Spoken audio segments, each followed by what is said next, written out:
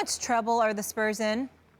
Well, I thought they was going to lose the series in 6 games. Obviously, that wasn't the case because they squeezed out a victory last night. I still believe they're going to lose in Game 6 in Houston. It comes down to Game 7. You could say they're in a world of trouble, but they're playing with house money now because they've assured themselves of a Game 7 back in San Antonio, even though I still think that's a game they could lose. In order to sit up there and ensure that Kawhi Leonard's going to be ready, on one hand, you might want to sit him for Game 6 and make sure he's ready for Game 7. But, Max, I remember years ago when San Antonio lost in the finals to they lost in the finals to the Miami Heat.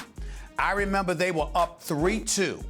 And everybody assumed that they were going to give themselves for Game 7. They would try early, but then after that, they would rest the guys and, it would go from there. And it took Ray Allen to come and save the day because Popovich went all out to try and take Miami out in 6 games. He didn't engage in conventional thinking. He went for the jugular and almost pulled it off if it were not for Ray Allen saving the day for LeBron James and the rest of the crew. I could see Popovich trying to do that this go round, but it's a bit different because, again, Kawhi is hurt. And you don't want to jeopardize Kawhi for a potential Game 7 or for the conference finals if San Antonio makes it that far by pushing him to the limit in Game 6. So it's going to be real interesting to see what's going to happen. But I think that they're in a bit of trouble because I could see Kawhi not playing much in Game 6, Houston definitely winning, and then obviously it'll be questionable as to what state he'll be in for Game 7. They are in considerable peril without Kawhi Leonard. Without Tony Parker, obviously they're not as good as they would have been. Without Kawhi Leonard, that could be a wrap.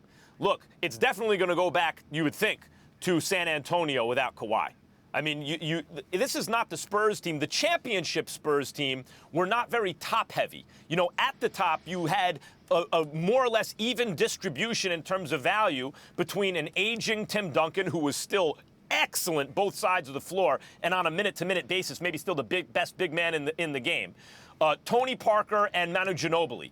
So you had 3 guys at the top of your lineup, so to speak, of your rotation that could share the burden. And then underneath you had depth. This is not that kind of Spurs team. This is a much more top-heavy Spurs team, starting with Kawhi, who's like twice as valuable as the next best guy, not only because he can space the floor, because he can get his own shot, he can do all those things because he makes the right pass and everything, but because he will lock up the other team's best offensive perimeter player as well as that guy can possibly be locked up. No one ever played that kind of defense better than Kawhi. The best you can do is match him. So you take that away, and you got to go on the road for a Game 6, you are very likely to lose. I think we are looking, with even a compromised Kawhi Leonard, as evenly as these teams seem to be matched up so far, we're looking at a Game 7 in San Antonio.